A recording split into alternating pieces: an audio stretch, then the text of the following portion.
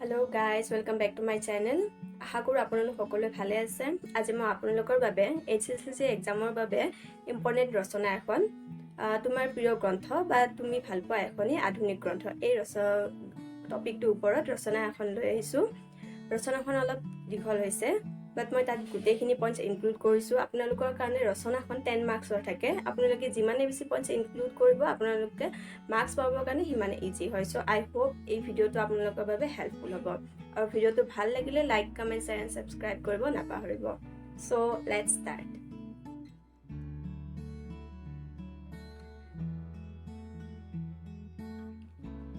তুমি ভাল পোৱা এখনি আধুনিক গ্ৰন্থ বা তোমাৰ প্ৰিয় গ্ৰন্থ। আৰম্ভণি। গ্ৰন্থ অধ্যয়ন এটি ভাল অভ্যাস। ই জ্ঞান লাভৰ পথো প্ৰশস্ত কৰে। গ্ৰন্থ অধ্যয়ন প্ৰকৃততে এটা অভ্যাসত পৰিণত হ'লে ভৱিষ্যত জীৱনত গ্ৰন্থই প্ৰকৃত বন্ধু বুলি ধাৰণা হ'ব আৰু ইয়ে সকলো ক্ষেত্ৰতে সহায়ক হৈ পৰিব। আজৰি সময়ত পাঠ্যপুথিৰ বাহিৰেও মই অনেক পুৰণি গ্ৰন্থ পঢ়িছোঁ। বিষয় অনুযায়ী প্ৰায় প্ৰতিখন গ্ৰন্থই মোক আকৰ্ষণ কৰে আৰু সেয়ে সেইবোৰ গ্ৰন্থ মোৰ বৰ প্ৰিয়। যিকেইখন উপন্যাস, গল্পপুথি, জীৱনী, ভ্ৰমণ কাহিনী আৰু পদপুথিৰ কাহিনীমূলক গ্ৰন্থ পঢ়িছোঁ, কম বেছি পৰিমাণে প্ৰায় কেইখনেই মোৰ মনত আনন্দ দান কৰে। মোৰ প্ৰিয় গ্ৰন্থ আৰু গ্ৰন্থকাৰৰ চমু সাহিত্যিক পৰিচয়। মোৰ প্ৰিয় গ্ৰন্থ হ'ল নটসূৰ্য ফণী শৰ্মাৰ ৰচিত চিৰাজ এখনি অতি মঞ্চ সাফল্য নাট। ফণী শৰ্মাই এই নাটখনি বিখ্যাত গল্পকাৰ লক্ষীধৰ শৰ্মাৰ একে নামৰ গল্প এটিৰ পৰা কাহিনী গ্ৰহণ কৰি তাত কিছু মৌলিকত্ব খটুৱাই ৰচনা কৰিছে। এই কাহিনীৰ পৰা ফণী শৰ্মাই প্ৰথমে চিৰাজ কথাছবিখন নিৰ্মাণ কৰে আৰু পিছত তাক নাট্যৰূপ দিয়ে। ফণী শৰ্মা একাধাৰে কথাছবি পৰিচালক, নাট্যকাৰ, অভিনেতা, নৃত্য বিশাৰদ আৰু সাহিত্যিক। তেওঁ চিৰাজ আৰু পিয়লি ফুকন কথাছবি পৰিচালনা কৰাৰ উপৰিও 16খন ছবিত অভিনয় কৰে। অনুদিত দুখন নাট হ'ল এন ইন্সপেক্টৰছ কল, মিছৰ কুমাৰী। নৃত্যৰ পাৰদৰ্শিতাৰ বাবেই তেওঁক নটসূৰ্য উপাধিৰে সন্মানিত কৰা হয়। গ্ৰন্থৰ বিৱৰণ, বিষয়বস্তু, চৰিত্ৰ আদি। চিৰাজ এখনি সামাজিক মিলনাত্মক নাট। ইয়াৰ কাহিনী চমুকৈ এনেধৰণৰ।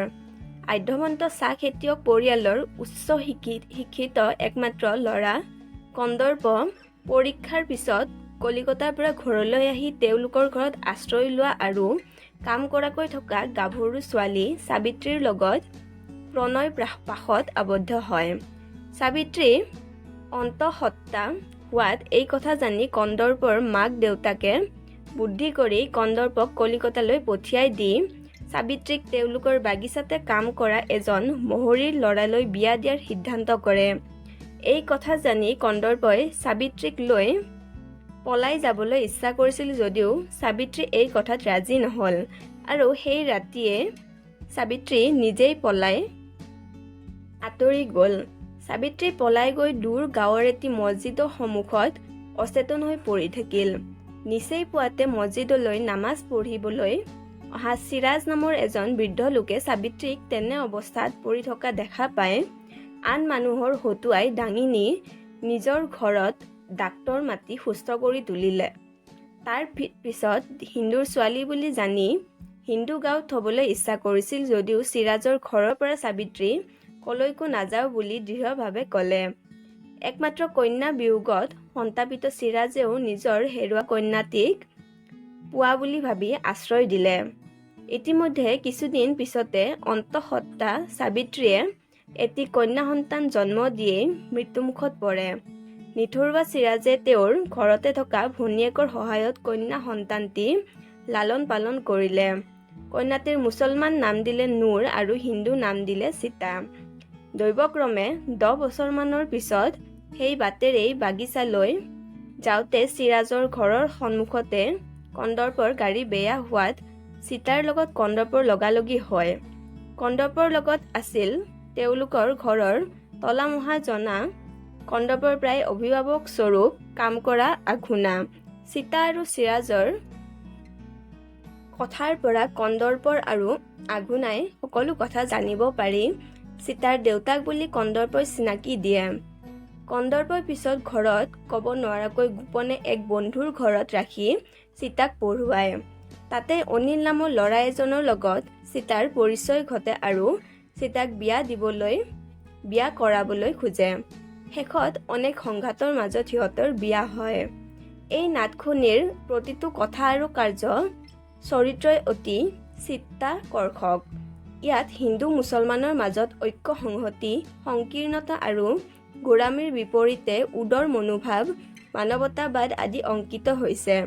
চিৰাজ মুছলমান হৈও সাবিত্ৰীক আশ্ৰয় দিওঁতে তেওঁ হিন্দু মুছলমান বিচাৰ নকৰি মানুহ বুলিহে আশ্ৰয় দিয়ে।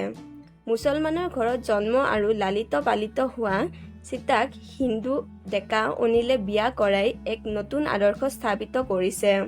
সাবিত্ৰীৰ চৰিত্ৰয়ো দৰ্শকক মোহিত কৰিছে। এনেদৰে অন্যান্য চৰিত্ৰৰো কথা আৰু কাৰ্যই সততে আকৰ্ষণ কৰে। প্ৰিয় হোৱাৰ কাৰণ: নাটখনৰ ঘটনা আৰু চৰিত্ৰসমূহে সমাজৰ কাৰণে এটা আদৰ্শ বহন কৰি আনিছে, যিটো আদৰ্শ আজিৰ সমাজত অতি প্ৰয়োজন। ই হৈছে ধৰ্মীয় তথা সাম্প্ৰদায়িক সম্প্ৰীতি, ঐক্য সংহতি। ইয়াৰ উপৰি সংলাপ আৰু চাৰিত্ৰিক বৈশিষ্ট্যসমূহে গ্ৰন্থখনিক মোৰ অতি প্ৰিয় কৰি তুলিছে। সামৰণি: একোখন গ্ৰন্থ পঢ়াৰ পাছত এটা সুনিৰ্দিষ্ট নীতি বা আদৰ্শ লাভ কৰিব পাৰিলে মনত অপাৰ আনন্দ লাগে। কিতাপখন পঢ়াৰ সাৰ্থকতা লাভ কৰা যেন লাগে। এই কিতাপখন পঢ়ি তেনে এটা বিমল আনন্দ লাভ কৰিবলৈ সক্ষম হৈছোঁ। এইটো আছিল আজি তোমাৰ প্ৰিয় গ্ৰন্থৰ ওপৰত বা তুমি ভাল পোৱা এখনি আধুনিক গ্ৰন্থৰ ওপৰত চমু ৰচনা। আশা কৰোঁ এই ভিডিঅ'টো আপোনালোকৰ বাবে হেল্পফুল হ'ব।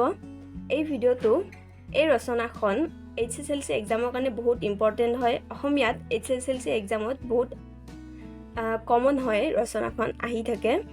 আই হোপ এই ভিডিঅ'টো আপোনালোকে ভাল পাব।